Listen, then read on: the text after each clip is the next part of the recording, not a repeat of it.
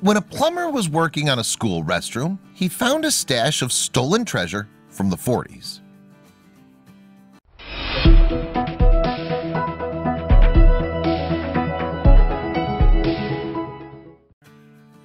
When a pastor bought a derelict school to convert into a new community center, hired a plumber to fix the bathrooms, he discovered something completely unexpected: 15 wallets hidden inside a vent. After removing the dust and cobwebs away from the vent, it soon became clear that he'd discovered a bunch of stolen wallets, which must have been hidden away for decades. As soon as he laid eyes on them, he knew that he was onto something big. The incredible story took place in the hollow remains of an old institute, Illinois' Centralia High School. Back in the 40s, students would run through the bustling hallways of this beautiful school and go from one class to the next. Fast forward nearly 80 years though, and the school is now a shade of its former self. It's since fallen into disrepair. However, there are some people who still hold the derelict school very close to their hearts. The man who's responsible for setting the story into motion is City Hope Church pastor Seth. Based on his social media pages alone, it's clear that the hip pastor is determined to change the world. That's all. One idea he had was to take what was left of Centralia High School and take ownership of it. He saw great potential in the building and wanted to transform it into something completely different. After agreeing on a price for the derelict school, the building was officially owned by CHC as of 2019. Seth's goal was to renovate Centralia, transforming it into a new community outreach center, which would also have a church inside. He claimed that he was hoping to find that really cool thing that nobody's seen in the past 75 or 100 years to pop out. Surely enough, his prediction would come true once he got the renovation underway. After purchasing the derelict school in CHC's name, Seth was ready to get the renovation underway. He hired a team of workers and also got a plumber on board to fix the school's bathrooms. This is where he made the big discovery. He had demoed out part of the girls' old bathroom here on the second floor in this old building, Seth said. After a few hours of work, the plumber came across an old dusty air vent and decided to crack it open. While removing one of the toilets, the plumber cracked open an air vent above it. However, he was in for a big surprise when all of a sudden a pile of dusty items tumbled out. When he cut into the vent, just a whole bunch of wallets fell out, Seth said. At first, the plumber had no idea what the items were because they were covered in dust and cobwebs. Plumber could clearly see that he was staring at a bunch of wallets, 15 to be precise. They were weathered and in tatters, indicating that they'd been hiding in that air vent for many years. Naturally, the plumber was extremely confused. Why were 15 wallets stuck in the air vent of a derelict high school? It made no sense to him. Then the pastor developed a theory as to how they got there.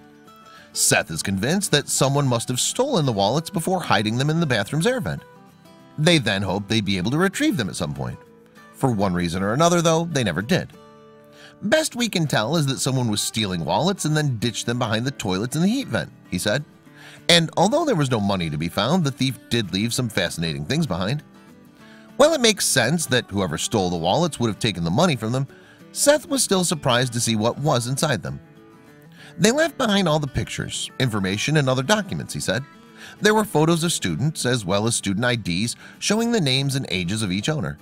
It was clear that these once belonged to students who attended Centralia High School back in the 1940s.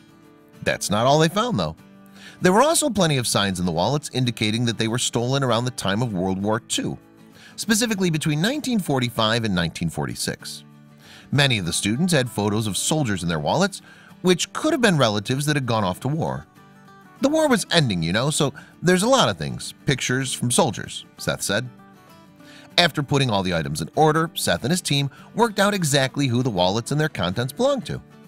It made sense that all the former owners of the wallets were girls, seeing that they'd been hidden in the girls' bathroom.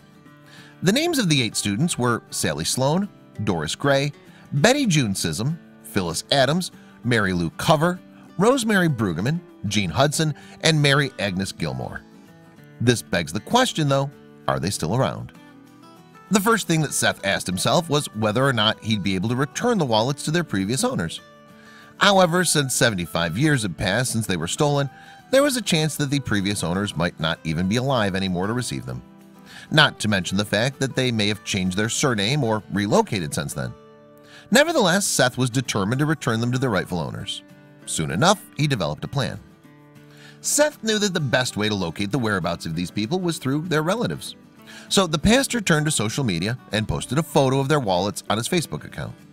In the caption, he identified the names of the previous owners and explained his goal. "If you know if they're still living or if they're a family member, we'd love to get it back to you," he wrote.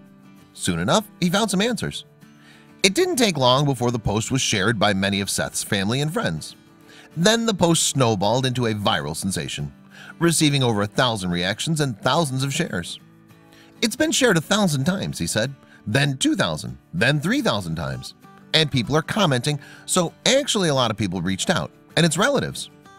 Then a stranger contacted Seth and helped him make the biggest discovery of the investigation so far. The person in question who contacted Seth was actually related to one of the women he'd written in the post, Betty June.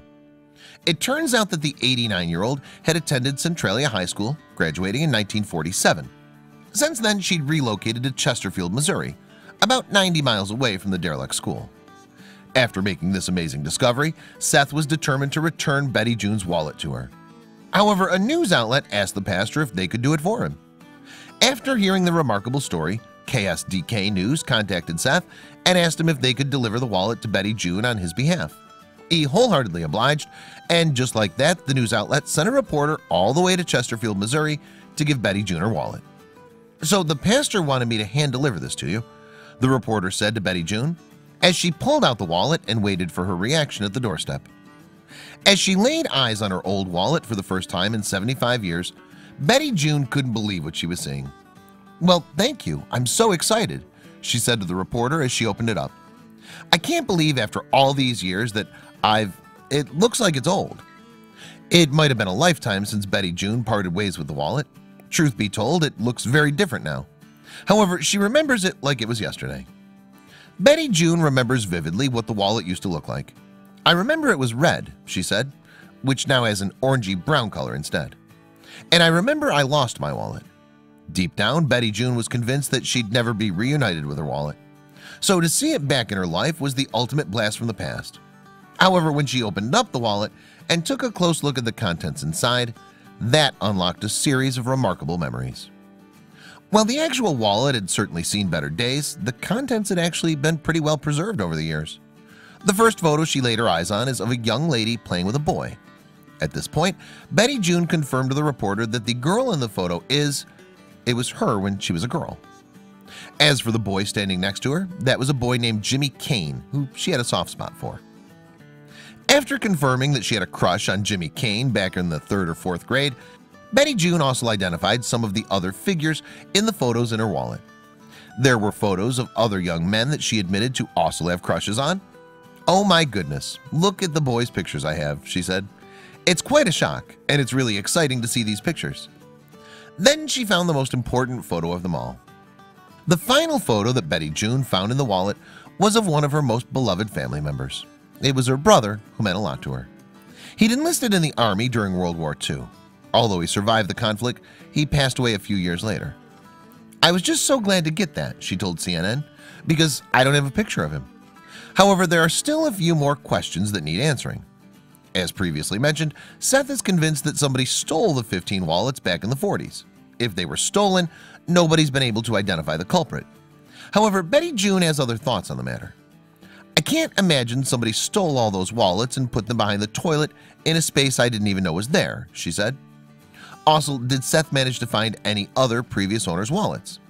Sadly, no one's been able to provide information to connect Seth with any of the other rightful wallet owners. As for Betty June, she's grateful to finally have her wallet back. However, she hopes that the other wallets will find their rightful owners. "I'm sure the other people whose wallets they found, hopefully they're still alive," she said, "they would be as excited as I am."